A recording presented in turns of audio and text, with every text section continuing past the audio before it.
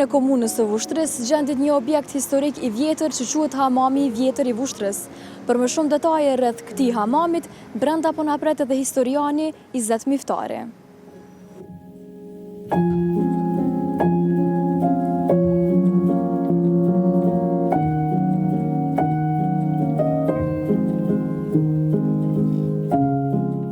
Faleminderit shumë zotëri Izet që na pranove sot në komunën e Vushtrës dhe pikërisht te Hamami i Vjetër.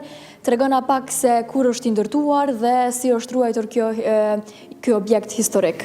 Faleminderit shumë për vizitën e juaj, për promocionin që i bëni objekteve të trashëgimisë kulturore në nivel vendi këtë rastet në Vushtrës. Dhe Vushtria është e pasur me disa monumente të trashëgimisë kulturore si një qytet antik, mesjetar dhe modern. Ka trashëguar edhe objekte të trashëgimisë kulturore, në këtë rast është edhe hamami apo banjo publike, sepse termi hamam është me origjinë apo me gjenezë osmane turke që në gjuhën shqipe i bën banjo publike. Edhe ekzistenca e banjove termike të periudhës romake, hamameve të periudhës osmane, në këto troje e dëshmon që populata kësaj ane ka kushtuar nësi të madhe ose kujdes të veçantë higjienës personale apo pastatisë. Ka mendime të ndryshme në lidhje me kohën se kur është ndërtuar ky objekt, që dëshmon në një vjetërsi të lashtë apo një lashtësi të vjetër të qytetit të Asat Prishtinës. Një verzion që qarkullon shumë është se në vendin ku jemi, domethënë në hamamin e Vushtrës, në periudhën romake, dikush që kujt 2-3, është ndërtuar një banjo termike. Pastaj më vonë, sipas konsulit serb në Prishtinë, fund shekullit 19, Branislav Nušić, edhe pse ka qenë një misionar serb, në disa raste ka pas mendime interesante, domethënë të qelluara, dhe ka thënë që ky hamam para se të bëhet hamam, domethënë ka qenë kish Dubrovnikas apo Raguzani. Domethënë është një dyshim ose unë e besoj që domethënë në këtë vend, para se të ekzistoj hamami si një vend ku janë pasuar njerëzit në të kaluarën, kanë qenë edhe objekte tjera. Mirë po, hamami si objekt është tipik turk apo osman dhe është hamami i Vushtrës një ndër objektet ose një ndër hamamet më të vjetra në nivel të Kosovës dhe daton që në shekullin e 15. Besohet që është ndërtuar diku në vitin 1439, 1440 dhe e ka ndërtuar një që njihet si Gazi Alibeu. Prandaj në shumë vende e hasim edhe hamami i Gazi Alibeut, sepse jo larg nga këtu është edhe xhamia e Gazi Alibeut. Dhe është interesant se furnizimi me ujë i hamamit ka qenë gjithmonë mjet diskutimi. Disa qytetarë të vjetër që kam biseduar me ta dhe në disa fragmente atë këtu që kam hasur në për libra dhe burime të ndryshme historike, dyshohet dhe besohet se hamami është furnizuar me ujë nga kalaja. Nga këtu te kalaja vija ajrore është rreth 250 metra dhe ka qenë përmes një kanali nëntoksor që është furnizuar hamami me ujë. Dhe bile ne kemi gjyzime të vitit 1980 kur shihet se në oborrin e kalas ka bazene, ka rezervuar me ujë dhe prandaj është një dyshim ose unë e besoj se nga kalaja për shkak se ka edhe ramje të lirë që ka mundur të qarkulloj apo të lëviz ujë është furnizuar nga hamami. Nga hamami është furnizuar me ujë nga kalaja. Si vend ku janë pasuar njerëzit ka funksionuar deri në vitin 1980-81, kur për shkak se modernizohet jeta, ndërtohen hotele, motele, vendosin njerëzit tash nëpër shtëpitë e tyre, nëpër banesat e tyre njerëzit ndërtojnë banjot e veta, vendosin ujësjellsin, kanalizimin edhe prandaj praktikisht nuk ka pasur më nevojë për një banjo publike edhe kështu del nga funksioni dhe domethënë betet vetëm si një monument i trashëgimisë kulturore që e dëshmon një vjetërsi të qytetit të Vushtrës. Tregona tash për momentin e pishohëm disa pjesë, tregona për çfarë kanë shërby dhe cilat janë këto dhe sa janë të ruajtura sipas të dhënave. Një mund të themi ku vendosur uji për të pastruar. Domethënë kjo është një lloj gocë, mund të themi, e gurit apo e mermerit të bardhë që është vendosur uji për pastrim.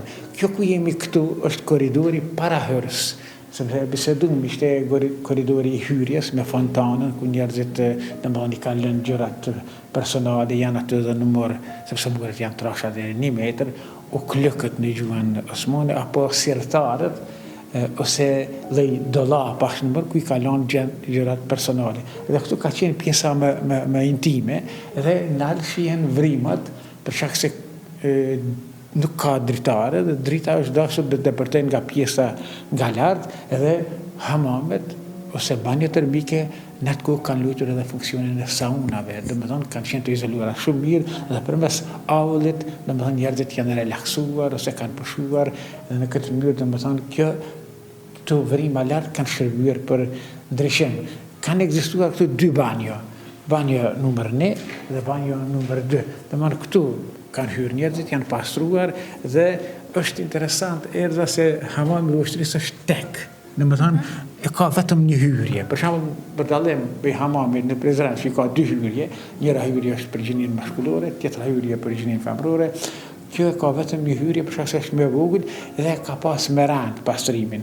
Për shembull, para ditë burrat, pas ditë femrat ose një ditë burrat, një ditë femrat, ka qenë quhet hamam tek. Për shembull, varësisht që kanë përcaktuar orarin nga ku. Kjo banjo këtu për pastrimi ka qenë si më themi, më rregulluar, më mirë dhe janë pastruar shtresa më të pasura, më aristokratike, më themi. Domethënë ka pas dallime. Ka pas gjithsesi dallime dhe kjo ka qenë domethënë ka qenë hyrja, ka qenë atë kohë bë pagesa, për shkak se ka qenë ai që ka mirëmbajtur, që ka pastruar, që ka rregulluar, sepse ka pas kosto. Uji është ngro përmes druve, domethënë ka pas shpenzime dhe mënyrë. Por a dihet sa ka qenë pagesa? Nuk mund të themi, po sigurisht domethënë ka qenë një shumë solide, mund të themi, për shkak se ka qenë vazhdimisht qarkullim i madh i njerëzve në atë kohë për të pastruar, por nuk e di saktë sa mund të jetë vlera e sotme në euro pastrime në atë kohë që e kanë bërë njerëzit në hamamin apo banjën publike të ushtrisë.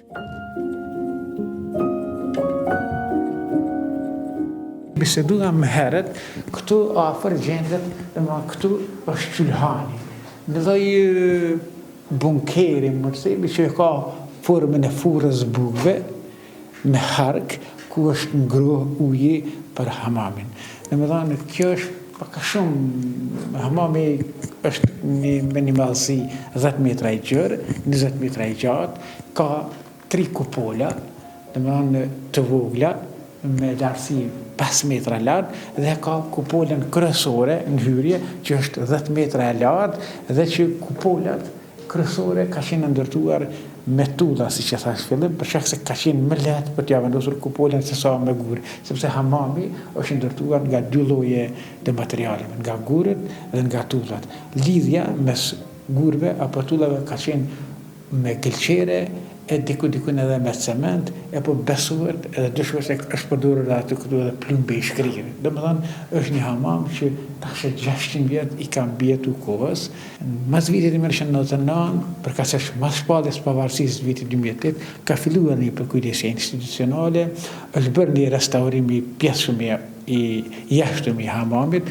Besojmë që në të ardhmen do të edhe restaurimi i brendshëm i hamamit. Unë personalisht kam pasur dy mendime që të funksionalizohet ky hamam, të bëhet galeri e arteve, ose të paktën nëse jo, për shkak se kur është ndërtuar në vitin 2020 objekti i ri i qendrës së kulturës, atë është vendosur edhe galeri e arteve, atëherë le të rikthehet hamami si ka qenë, domethënë në të kaluar në njerëzit le të vinë ta vizitojnë se si është bërë, domethënë si ka funksionuar një hamam në të kaluarën që ka qenë qendër për objekt ku janë pastruar dhe ka mbajtur higjienën personale njerëzit.